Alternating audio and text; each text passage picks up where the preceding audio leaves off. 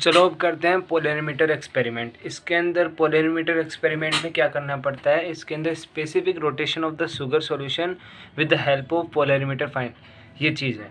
तो यहाँ पे ये पोलरीमीटर है, ये किससे बनता है, पोलराइजर, पोलरीमीटर ट्यूब और एनालाइजर से। अब पोलराइजर में ये कॉन्वेक्स लेंस है, ये निकोल प्रिज्म है, यहाँ पे एक एनालाइजर में निकोल प्रिज्म आएगा और यहाँ पे मेन स्केल आ जाएगी। इससे अपन को रीडिंग फाइंड करनी है। तो प्रैक्टिकल कैसे करते हैं मैं ये बताता हूँ आपको। ये एम का मतलब है to determine the specific rotation of the sugar solution with the help of the polarimeter tube. फिर इसके अंदर एपरेटस आ जाएंगे, polarimeter, sodium lamp, measuring glass, sugar, physical balance, weight. अब थ्योरी में क्या लिखेंगे, specific rotation of the sugar S बराबर ये सब, थीटा इसका एंगल ऑफ रोटेशन, एल इसकी लेंथ ऑफ जो ट्यूब होती है उसकी, और एम है mass of the sugar solution, volume है वॉल्यूम ऑफ द सॉल्यूशन, सी है concentration of the solution. Method है या फिर ऑब्जर्वेशन बोल सकते हैं इसको। इसके अंदर लेंथ होती है जो पोलरीमीटर की होती है, यानी जो ट्यूब दी जाती है उसकी होती है 20 सेंटीमीटर। रूम टेम्परेचर अपन मानते हैं 25 डिग्री। और अब तो determine the concentration of the sugar solution. Concentration का फॉर्मूला होता है C=m/v। तो इनिशियल वॉल्यूम क्या है 100 ml या cc। इनिशियल मास क्या है 8 ग्राम। तो कॉन्सेंट्रेशन इनिशियल क्या हो जाएगी 8 by mass upon volume, 8 by volume 100। सो इसके अंदर 0.08। सो एक अपने को क्या करते हैं वो 2-3 शुगर के वो क्यूबिक टाइप में शुगर देते हैं। तो उसके दो ले लिए, तो उन्हें एक 4 ग्राम का होता है, 2 8 ग्राम के हो गए। तो अपने ये ऐसे कर लिया, ये हो गया 8 ग्राम बटे हुए 100, तो 0.08 इसकी कंसंट्रेशन आ गई। अब ये है कंसंट्रेशन ऑफ सेकंड सॉल्यूशन, वो है C2m2/v। m2 क्या है 4 ग्राम और वॉल्यूम वही 100 ग्राम, तो 0.04। ये कंसंट्रेशन ऑफ थर्ड सॉल्यूशन है C3m3/v, और इसके अंदर लेंगे अपन 2 ग्राम शुगर, तो 2/100 0.02 ग्राम बाई सेंटीमीटर क्यूब। अब ऑब्जर्वेशन टेबल कैसे बनानी है। Observation table liquid in the polarimeter, यानी पोलरीमीटर में कैसा कैसा लिक्विड था, डिस्टिल वाटर से करेंगे रीडिंग। फिर इनिशियल सॉल्यूशन जिसकी कंसंट्रेशन 0.08 है, फिर सेकंड सॉल्यूशन जिसकी कंसंट्रेशन 0.04 है, थर्ड सॉल्यूशन जिसकी कंसंट्रेशन 0.02 है। फिर इसकी रीडिंग लेनी है क्लॉकवाइज, यानी जो पोलरीमीटर की ट्यूब है ना उसको क्लॉकवाइज घुमाना है, उस पर देखना है कि कहाँ पे वो ब्राइट हो जाता है, यानी उसके अंदर हाफ पार्ट डार्क रहता है और हाफ पार्ट ब्राइट रहता है। तो दोनों पार्ट अगर ब्राइट हो जाते हैं उस पॉइंट पे अपन मेन स्केल से रीडिंग ले लेते हैं। तो उस मेन स्केल की रीडिंग है ये 90। अब उसके अंदर 1 ईयर स्केल चेक करेंगे, तो 5 वाला जो 1 ईयर स्केल है ना वो इसके कंजुगेट आ रहा है। तो 90 + 5 × लीस्ट काउंट, यानी टोटल का फॉर्मूला क्या होता है, ये होता है टोटल का फॉर्मूला, यानी total reading, main reading, 1 year scale reading into least count. तो इसको करेंगे तो वो आ जाएगा, यानी ये हो गया 90, यानी अपनी मेन रीडिंग आई थी वो डिस्टिल वाटर की 90, यानी जो एंगल है 90 डिग्री, उस पर वो दोनों जो पोर्शन होते हैं एक सर्कल के वो दोनों ब्राइट हो गए थे पोलरीमीटर में अपन देखे तब। और इसकी तो अपन ने मेन 1 ईयर तो निकालेंगे। अब इनिशियल सॉल्यूशन लिया, उसका जो लगभग आएगा वो 80 के लगभग आएगा, यानी 10 डिग्री का डिफरेंस होता है ज़्यादातर में। तो इनिशियल शुगर सॉल्यूशन में जिसकी कंसंट्रेशन 0.08 है उसके अंदर आया 80 डिग्री।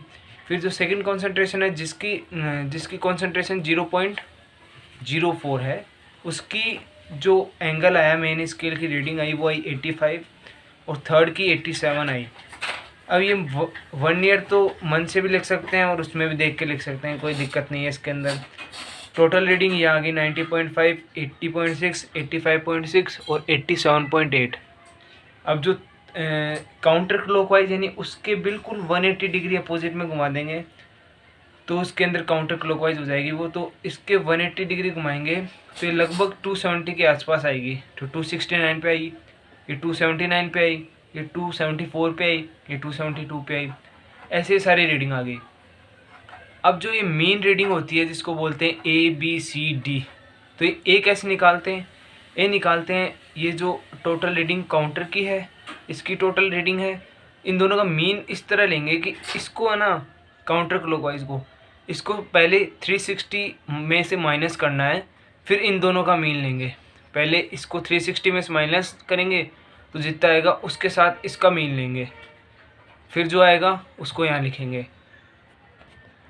ये देखो ए कैसे निकाली, 90.5 फर्स्ट वाली थी, सेकंड वाली को अपन ने 360 माइनस 269.5 से माइनस किया पहले और फिर डिवाइड करा, तो सेम ये फर्स्ट वाली आ जाती है, लगभग उसके पास वाली आएगी। इसमें भी सेम 80.6 प्लस 360 माइनस 279.4 से माइनस किया पहले और फिर प्लस किया, फिर डिवाइड किया, तो सेम आएगी ये वाली। अब ये भी सेम आएगी, ये ऐसे इसके साथ ये, तो ये होता है इसके अंदर से। फिर जो स्पेसिफिक रोटेशन कैसे निकलेगा, स्पेसिफिक रोटेशन का मतलब ये है कि जो वाटर से उसका कितना डिग्री रोटेट हुआ, तो ये वाटर की लगभग 90 डिग्री आई, तो इससे जो शुगर सॉल्यूशन है वो इतना डिग्री रोटेट हुआ, यानी ये है यहाँ से 10 डिग्री के समथिंग रोटेट हुआ है।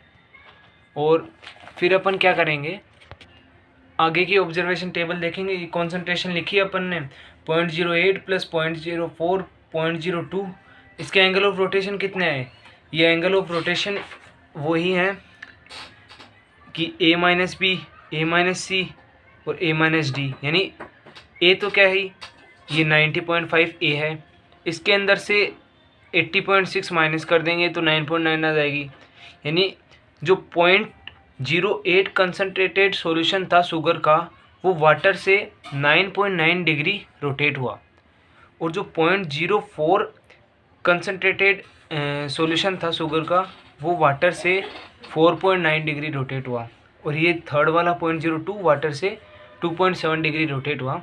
तो ये सारी हैं 3 रीडिंग ABCD की लगभग जैसे।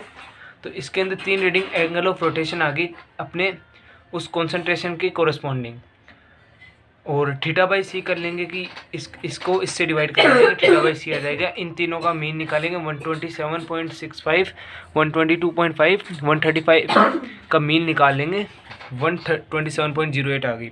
फिर मॉडल कैलकुलेशन करेंगे, इसमें एस है स्पेसिफिक रोटेशन, 10 इंटू थीटा है एंगल ऑफ रोटेशन जो कि, और सी है कॉन्सेंट्रेशन, एल है length.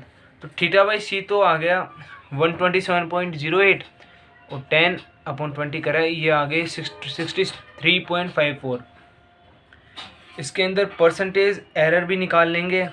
The time specific rotation of the, result में लिखेंगे the specific rotation of the sugar solution at 25 degree temperature is 63.54। Standard value कितनी है, 66 डिग्री है, यानी 66 डिग्री स्पेसिफिक रोटेशन होता है स्टैंडर्ड शुगर सॉल्यूशन का। और एरर अपने कितनी, एरर तो आई जाती है, तो एरर कितनी है 66 माइनस 63.5 अपॉन 66 इंटू 100, तो 3.7% की एरर आ चुकी है। अब फिर फ्रिक्वेशन लिख देंगे, the polarimeter tube must be properly clean, no air must be left inside the water, if the sugar solution is not transparent then it must be filtered, the position of the equal intensity must be accurate। सो ऐसे लिखते हैं, ये practical होता है। इस तरह आप और भी प्रैक्टिकल देख सकते हैं।